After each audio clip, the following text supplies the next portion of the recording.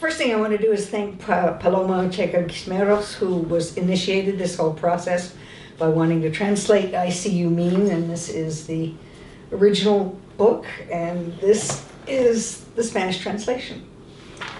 I also want to thank Consonni and Susana Torre and Caroline Hinckley and Angie Beecham for doing all of this video thing. The title of the book, both in English and Spanish, is so poetic, striking, and mysterious. I See You Mean. How did you come to that title? If you were writing the novel now, would you maintain that title?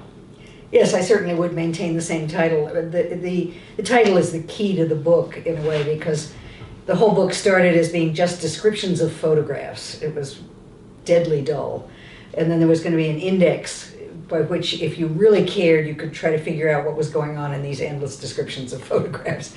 So the idea of it was that I'm seeing, I'm the writer, I'm seeing, and then you are making up the meaning. So every reader hopefully would see a different plot going on in this crazy book. So the novel was written, at least in part, in Carboneros. A novel that describes New York is written from so far away, geographically and politically. How was that? Well, I was in Carboneros and I had some time, which I never had in New York. But also there's quite a bit of description of Carboneros in the book. I called it Greece, partly because I was sort of ashamed of being in Franco, Spain, I think. And also because I didn't want it to be that specific. But so the descriptions of the sea and at one point military ships and off the beach and so forth, that's all Carboneros. But it sounded like it could have been Greece, and that's, for some unknown reason, that's what I did. Some critics also maintain the impossibility to speak from a place that is not the own experience. Is this novel also starting from your own experience, right? Can we consider it as autofiction? No, it is not autobiography on any level. There's one character, A, who probably has more of me in her certainly than any of the other characters. Of course, every writer works off their own experience and associations to some extent, and I was certainly no exception. But they always say the first novel is autobiographical. This really was not autobiographical. How do you place this book in your production? What does it mean to you? How was the decision to write the novel, and why didn't you write more? I wrote a lot of fiction when I first got out of college. I'd gotten a prize in college for fiction, and I thought I was hot stuff, so I was going to be the great American novelist, but I was also working full-time at the Museum of Modern Art library for $45 a week, and living in an $18 a month Lower East Side flat. Anyway, so I would write in the mornings, very early in the mornings before I went to work, but they were terrible, sarcastic love stories aimed at the women's magazines. And I got, the few that ever got finished got rejected, and then I sent one to the New Yorker, I think. That was definitely rejected. And I wasn't really ready to write the serious fiction because I didn't have the time and so on. So life went on, and I became an art writer. I loved to write, and that was what was there, and that was how I was making a living and so forth. So by that early stage was in 1959.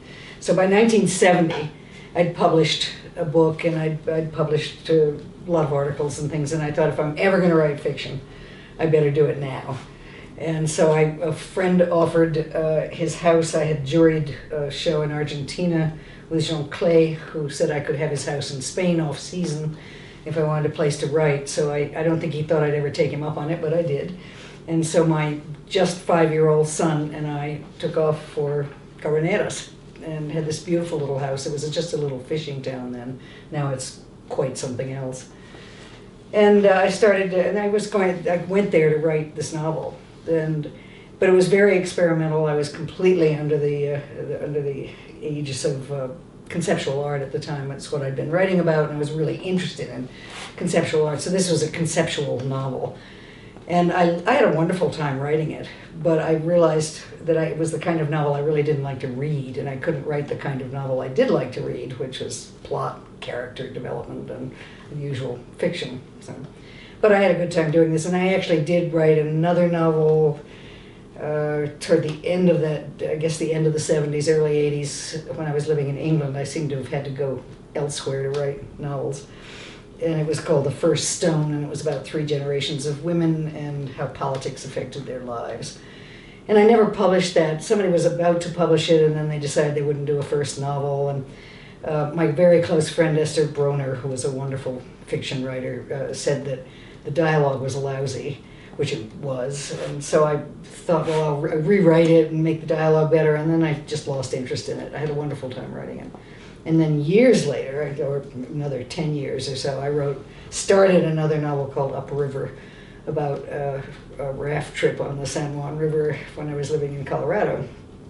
And that was so bad that I didn't ever go very far with that. So that was the end of my fiction writing. And in the meantime, of course, I've written a lot about art, and I found that working with artists was really wonderful. I could do what I wanted.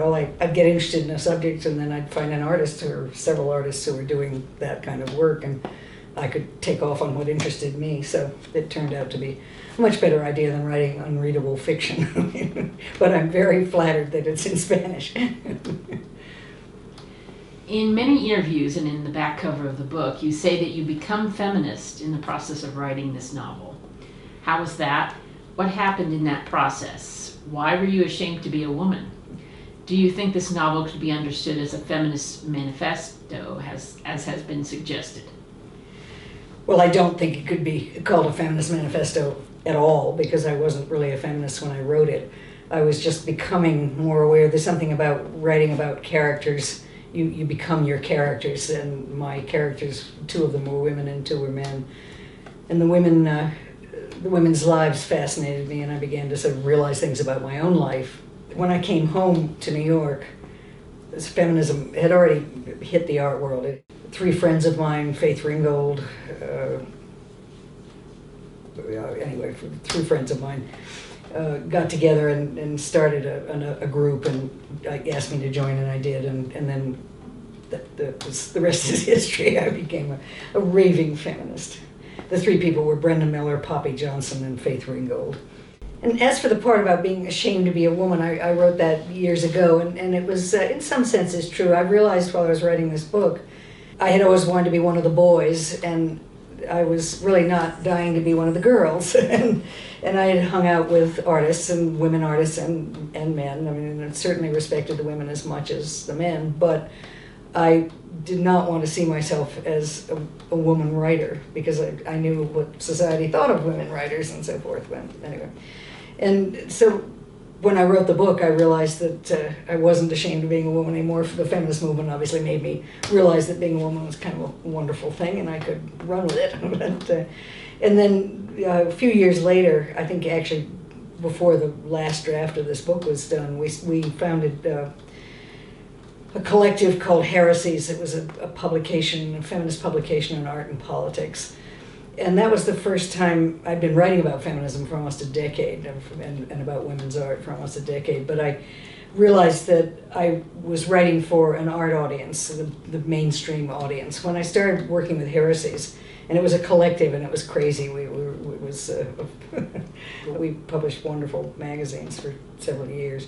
But I realized that I could write within my own context, and so I was writing to other women.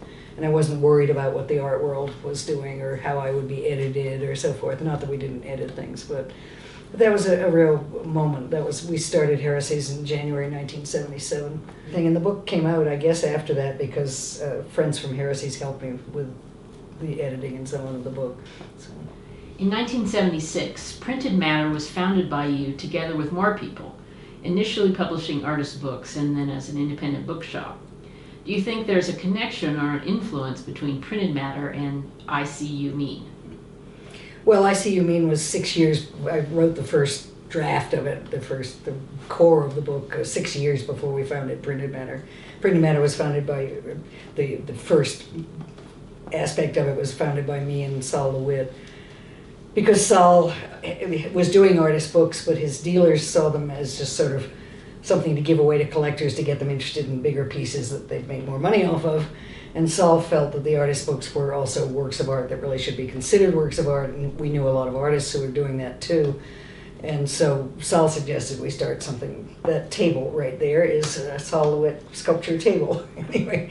And then a lot of other people got involved, and Printed Matter was first, we published a few books. We found we just couldn't do that financially. And so then we became a bookstore with all kinds of other things going on. I curated or organized the windows, which faced out to the public, with artists. I'd work with one artist for every window, and then they'd do sort of political stuff in the windows, and it was fun.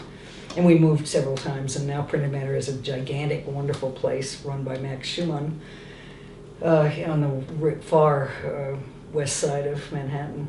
It wasn't so much artist books that affected me, but I guess I should say too that Printed Matter wanted to include sell this book in their store, and I said no for a long time because I didn't feel it was an artist book. I've never considered myself an artist. I'm a writer, and I didn't think this belonged in the store. And then several years ago, I should also say that it was published by Chrysalis, which was a feminist publisher in Los Angeles. Fell apart. They collapsed before the book was distributed. So I had all these copies of the thing, and it was never distributed, which was so sad. So it was years later that I realized I had boxes of this thing, and Printed Matter by then had expanded its idea of what an artist book was. So they took it on, and they have sold all of them. So we find a connection in form and content with your very well-known book, 6 Years, The Dematerialization of the Art Object from 1966 to 1972. How do they dialogue together? Well, there again, they don't really dialogue, but it was the context. They were both conceived in the context of conceptual art, which the 6 Years book has a title that's 100 words or so long, and I can never remember what it is, but the dematerialization of the art object, blah, blah, blah. And it covers the time that I wrote the first draft or the first part of I See You Mean. But it was really just the context of conceptual art. I knew a lot of conceptual artists. I was working with them. I was doing shows with them. And it was really sort of, I even collaborated with some artists because conceptual artists were writers often. I mean, they worked with text. So I got allowed to sort of be in the primary aspect of this. But I never thought of myself as an artist. And our final question. When we were talking about publication, you told us that you are more interested nowadays to consider yourself as a cultural critic. Yes, I have always disliked the term art critic because it sounds adversarial, and I've learned everything I know about art from artists. And I don't like that. I've saved my criticism for society rather than the artists themselves. I don't write about things I don't like, or very rarely. I did a little bit at the beginning. I had some fun going after the Greenbergian gang, but for the most part, I just write about art that I really can identify with. For the last 25 years, I've written mostly about place and history and archaeology, and I wrote a book called The Lure of the Local about how artists should take responsibility for the places they live in, no matter how long they're there.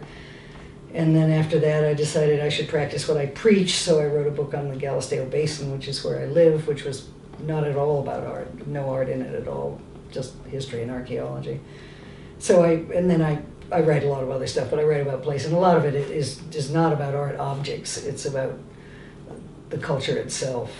And so I figure I'll be a cultural critic instead of an art critic. Well, thank you for taking the time to answer our questions today. Well, you're welcome. De nada.